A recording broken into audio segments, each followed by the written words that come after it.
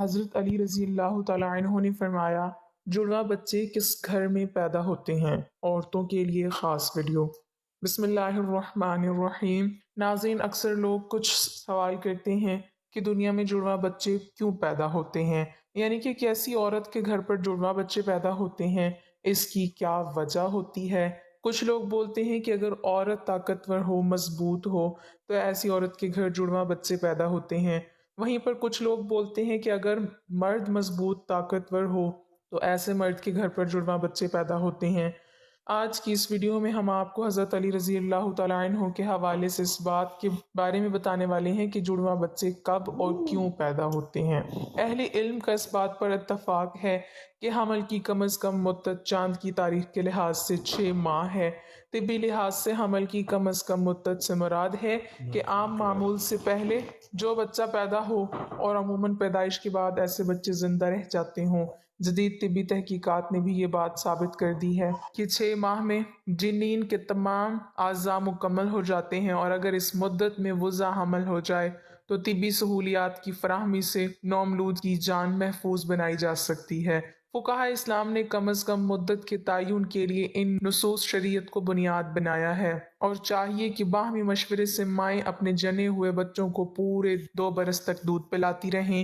دوسری آیت سورہ احقاف کی ہے، جسے پہلی آیت کے ساتھ رکھ کر اہل علم نے مدت کا تعین کیا ہے۔ بچے کی مدت حمل اور مدت رضاعت دونوں کا کل دورانیہ 30 ماہ ہے۔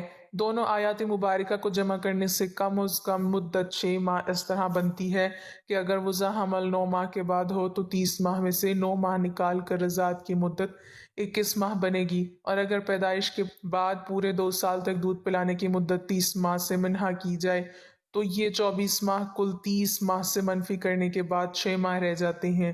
پوری مدت رضاعت کو سامنے رکھ کر 30 ماہ کی نس کو اصل اور طبعی مدت مان کر کم از کم حمل کی مدت 6 ماہ ہی بنے گی۔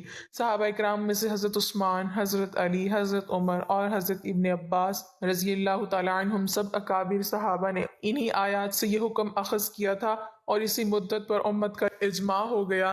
یہ تو تھا حمل کی کم از کم مدت کا مسئلہ۔ جہاں تک حمل کی زیادہ سے زیادہ مدت کا تعلق ہے تو اس کے تعین میں اہل علم کا صریح نص نہ ہونے کی وجہ سے اتفاق نہیں ہو سکا۔ شافعیہ اور حنابلہ کی مشہور رائے 4 برس ہے۔ امام مالک رحمۃ اللہ علیہ سے بھی ایک رائے یہی ملتی ہے۔ احناف اور شافعیہ سے امام مزنی رحمۃ اللہ علیہ نے 2 برس کی مدت کو حمل کی زیادہ سے زیادہ مدت بتلایا ہے۔ امام حزم رحمۃ اللہ علیہ اور ظاہری مذہب میں 9 ماہ کی ہی مدت کو حمل کی زیادہ سے زیادہ مدت تسلیم کر لیا گیا ہے۔ جن ائمہ نے زیادہ سے زیادہ 4 برس کی رائے اختیار کی ہے تو انہوں نے اپنی رائے کے درست ہونے کی یہ دلائل دیے ہیں۔ انسانوں کو جو روزمرہ مسائل پیش آتے ہیں ان میں سے کچھ تو وہ ہیں جن کے لیے شریعت میں نصوص پائی جاتی ہے، اور کچھ ایسے ہیں کہ وہ عرف پر چھوڑ دیے گئے ہیں، جس طرح حیض اور نفاس کا حکم عورت کے معمول پر چھوڑ دیا گیا ہے کہ خون کا سیلان بند ہوتے ہی عورت پاک ہو جاتی ہے۔ اسی طرح عورتوں کے وضع حمل کی زیادہ سے زیادہ مدت کا تعین 4 برس کیا گیا ہے، کیونکہ اگر کسی عورت کے ہاں وقت پر ولادت نہ ہو تو عورتوں میں زیادہ سے زیادہ وضع حمل کا یہی معمول دیکھا گیا ہے۔ ناظرین، اولاد اللہ تعالیٰ کی ایک عظیم نعمت ہے، اور اگر کسی کے گھر میں جڑواں بچوں کی پیدائش ہو جائے تو پھر انسان کو اور بھی زیادہ خوشی ملتی ہے۔ زیادہ تر شادی شدہ عورت اور مرد جڑواں بچوں کی پیدائش کے خواہش مند ہوتے ہیں، مگر جڑواں بچوں کی پیدائش کو لے کر ہمارے معاشرے میں نہ جانے کتنی باتیں بنی ہوئی ہیں۔ کوئی کہتا ہے کہ عورت اگر مضبوط ہو تو جڑواں بچے پیدا کرتی ہے، وہیں پر کوئی کہتا ہے کہ اگر بیوی کے ساتھ بار بار جنسی تعلق کیا جائے تو پھر جڑواں بچے پیدا ہوتے ہیں۔ آئیے اب آپ کو حضرت علی رضی اللہ تعالیٰ عنہ کے حوالے سے بتاتے ہیں کہ جڑواں بچے کس کے گھر میں پیدا ہوتے ہیں۔ ناظرین، عرب میں ایک شخص بیٹیوں سے سخت نفرت کرتا تھا، بیٹیوں کی پیدائش کو زحمت سمجھتا تھا۔ جب جب اس کو بیٹی پیدا ہوتی تو وہ اللہ کی اس رحمت پر افسوس کرتا۔ ایک بار اللہ نے اس کو 2 بیٹیوں سے ایک ساتھ نوازا، یعنی کہ اس کے گھر پر جڑواں بیٹیاں پیدا ہوئیں۔ یہ دیکھ کر وہ شخص بہت دکھی ہوا اور افسوس کرنے لگا۔ بس حضرت علی رضی اللہ تعالیٰ عنہ کو جیسے ہی اس کے بارے میں معلوم ہوا تو آپ رضی اللہ تعالیٰ عنہ نے اس شخص کو اپنے پاس بلایا اور فرمانے لگے، اے شخص، یاد رکھنا، اللہ ہر کسی کے گھر میں جڑواں بچوں کی پیدائش نہیں کرتا، اللہ ہر کسی کو بیٹی عطا نہیں کرتا، بلکہ اللہ جس گھر سے خوش ہوتا ہے اس گھر میں جڑواں بچوں کی پیدائش فرماتا ہے۔ اللہ جس شخص کو جنت میں داخل کرنا چاہتا ہے اس کے گھر میں دو بیٹیوں کو ایک ساتھ پیدا فرماتا ہے۔ اللہ جس کی آخرت کو سنوارنا چاہتا ہے اس کے گھر میں بیٹیوں کا تحفہ عطا کرتا ہے۔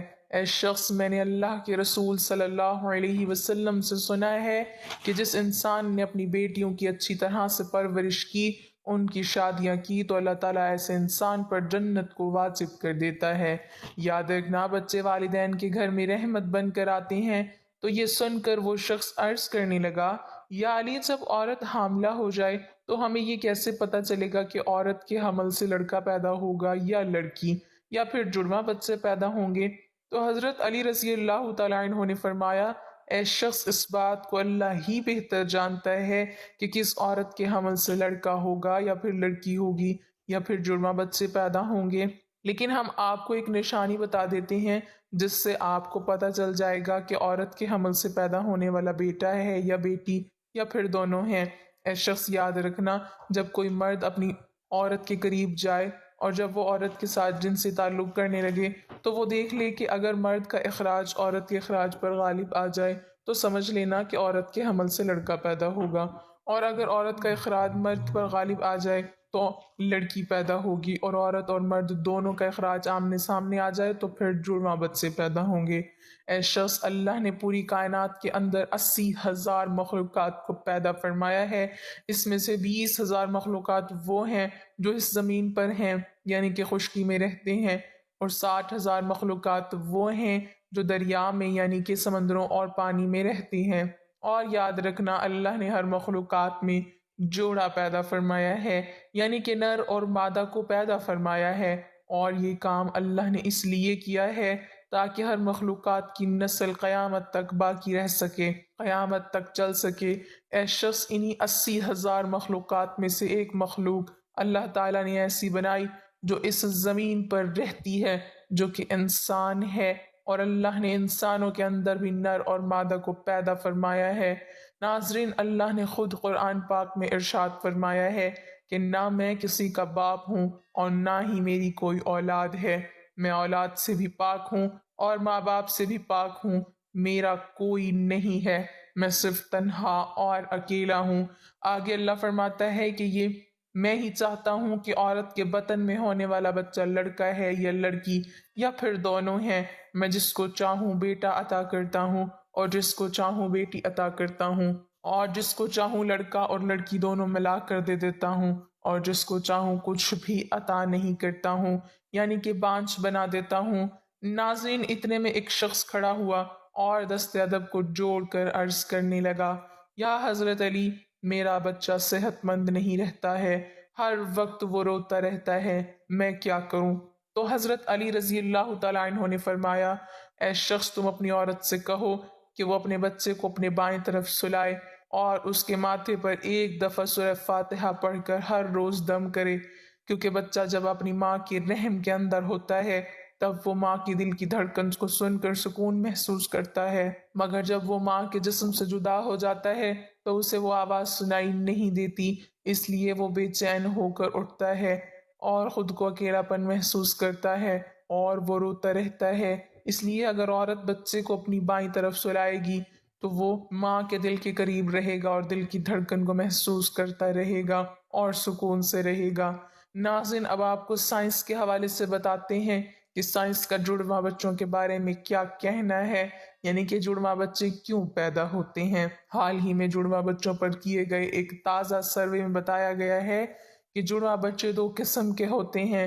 پہلے تو وہ ہوتے ہیں جو ایک جیسے دکھائی دیتے ہیں، یعنی کہ دونوں کی شکل و صورت ایک جیسی ہوتی ہے، وہیں پر دوسرے دن جڑواں بچے پیدا ہوتے ہیں جو ایک جیسے نہیں ہوتے ہیں، یعنی کہ دونوں کی شکل و صورت میں کافی فرق ہوتا ہے، جن کی شکل آپس میں تو کیا گھر کے کسی بھی فرد سے نہیں ملتی ہے۔